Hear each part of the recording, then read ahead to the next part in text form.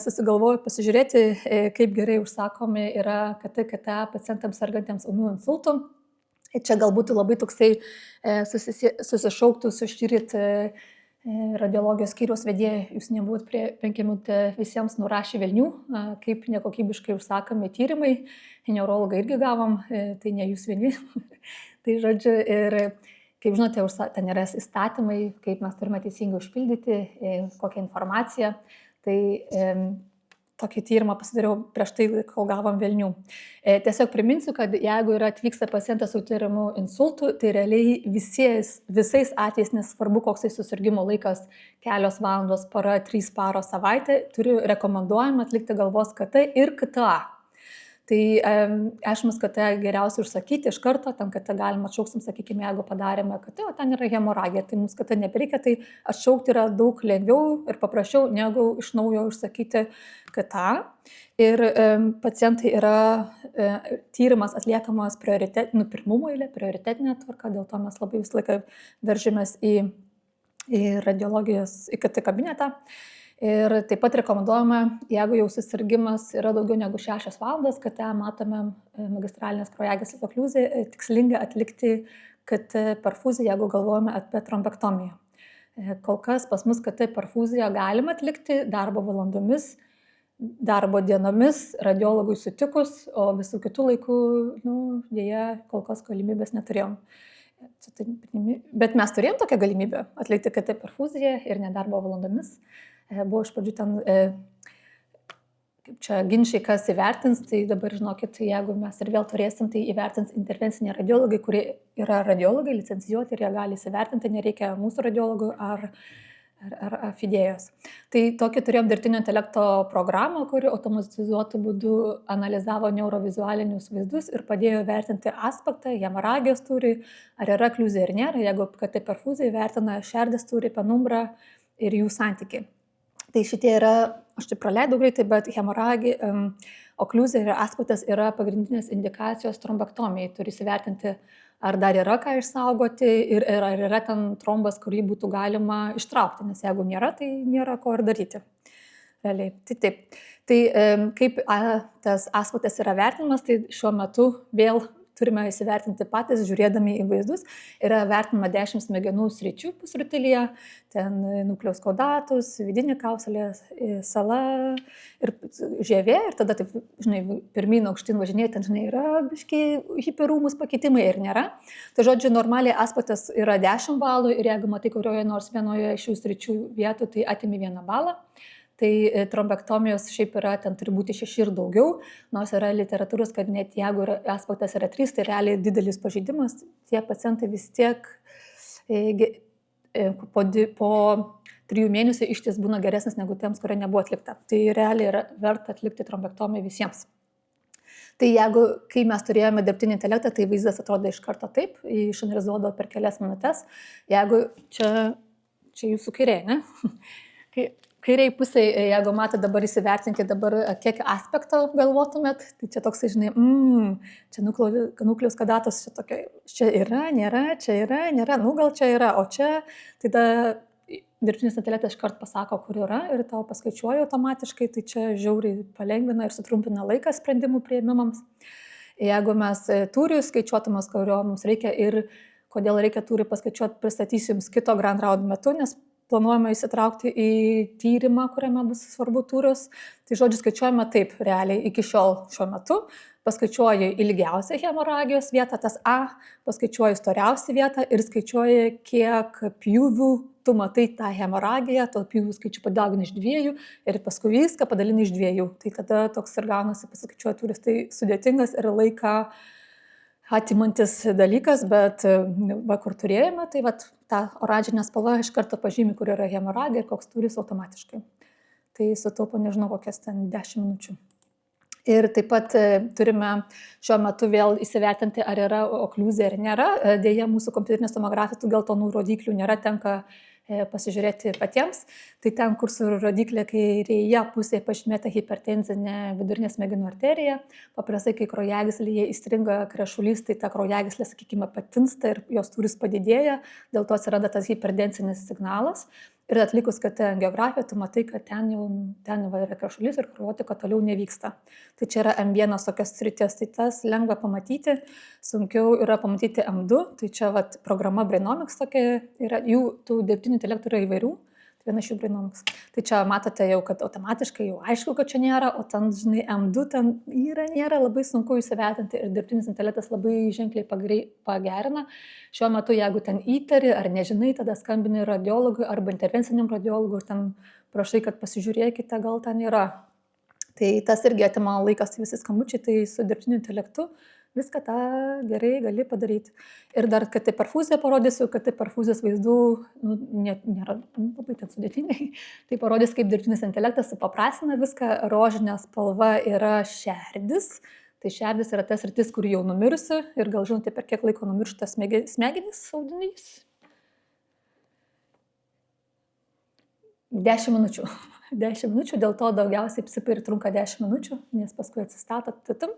Bet jeigu per 10 minučių nestatoma kraujotaka, tai vis didesnė ir didesnė sritis numiršta. Tai ta didesnė sritis yra penumbra, nes užsikimšus kraujagysliai apmiršta per 10 minučių ta artimiausia sritis arti krešulio, o tolimesnis apmiršta. Bet jeigu tai kraujotaka, dėl to atsistato kraujotaka, jeigu atkimši pašalinį krešulį ir tada tie simptomai visi ir sumažėja, dėl to ir sumažėja. Pavyzdžiui, atveža ten, sakykime, Nixa 21, o po trombolizės ten pagerėja iki ten kokių 8 ir 10. Tai dėl to, kad atstatėm kraujotakai ir išgelbėjom penumbrą. Šerdis jau išgelbėti paprastai negalima. Tokį video parodysiu, nežinau, čia galima? Taip, jeigu leis video paleisti, nežinau. Čia perkelkit, atsiprašysim, palaukit.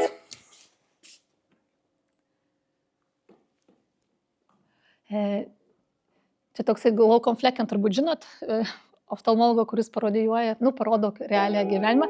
Viso video nerodysiu. Kaip man dabar... Ne, kaip sutrumpinti, kad aš noriu, ten nereikia viso žiūrėti. Palaukit biškį.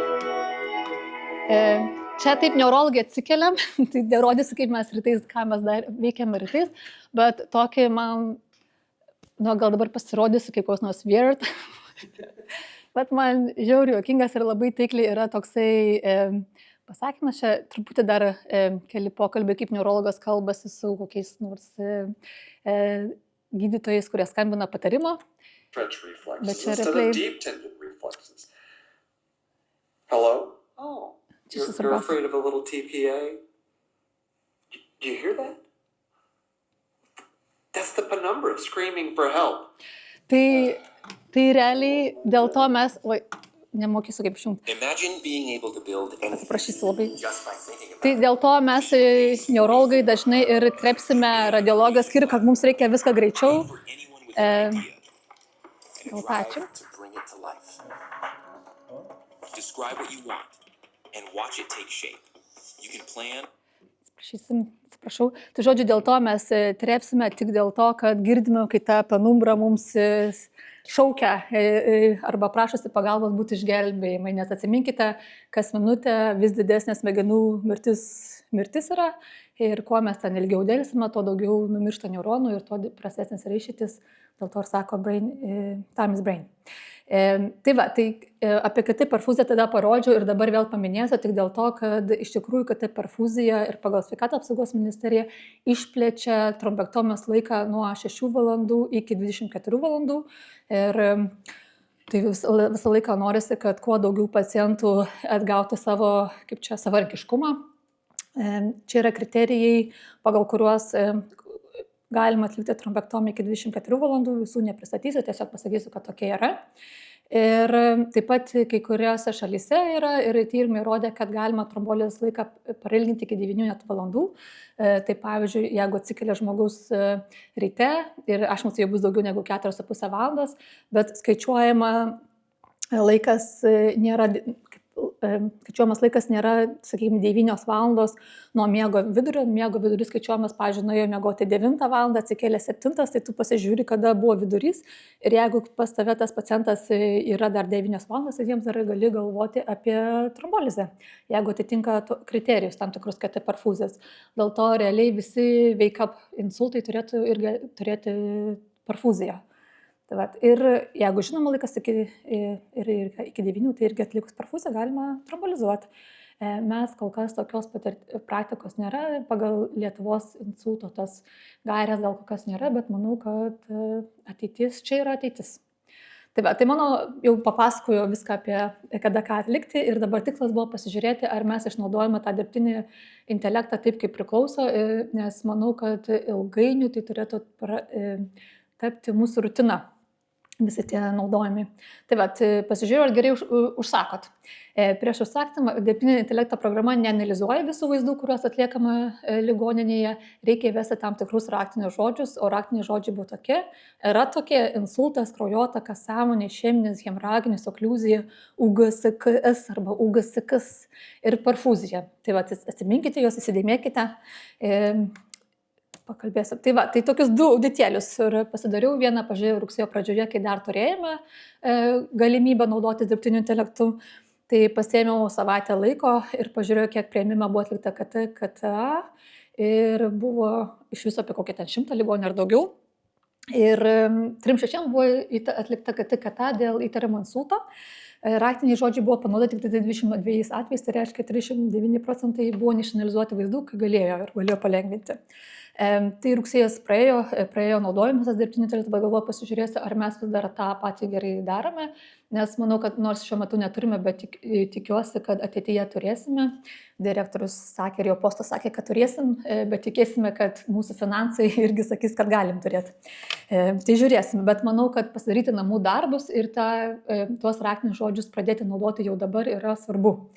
Tai va, pasižiūrėjau auditą lapkričio mėnesį, tada pasiėmiau biškai kitaip, pažiūrėjau, kiek tą dieną guli neurologijos skyrių ligonių, buvo 33, kiek jų buvo gulyta dėl įtariamo insulto, nereiškia, kad visiems buvo tas insultas, tai buvo 26 ir 22 buvo, visiems buvo 26 buvo atlikta KT, KTA buvo tik 22, 4 nebuvo, nes buvo hemoragijos arba ten kelių dienų senumo insultas, nors realiai irgi dabar reikėtų daryti KTA. Tai buvo jau geresni procentai, KT buvo atlikta gerai užsakyta beveik 81%, o KTA, bet 2/3 blogai užsakinėjom.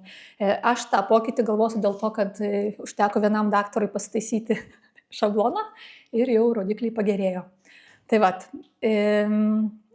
išvados tai realiai, kad reikia pasidaryti šablonus, o šabloną, kad visi turėtumėt, nes vis tiek automatiškai užsakinėjat, tai pasidarykit šabloną ir jums nereikia sukti galvos, kokios raktinius žodžius. Užtektų insultas, kad okliuziją paminėkite, o kad perfuzija, kai naudosim, tai tik perfuzija, tokie paprasti žodžiai. Ir pažiūrėjau, kokių žodžių naudojasi. Buvo naudoti neraktinių užsakant, tai visokie, surašyti, pažiūrėjau, tik simptomai, gal kas gerai radiologui, bet tada nepagauna dirbtinis intelektas to tyrimo. GSKT, tai ta daktarė, kas tai prašyt, galėtų pakeisti. Arba UKSGS, nežinau, ką tas reiškia, ir kraujo. O KT tai būna tik tiesiog KTA, aneurizma arba irgi. Tai vat. Tiek, tai labai dėkui už dėmesį ir tikimės toliau su jumis taip gerai bendradarbiauti ir gerinti savo rodiklius bei insulto pacientų priežiūrą bei teikiamas paslaugas.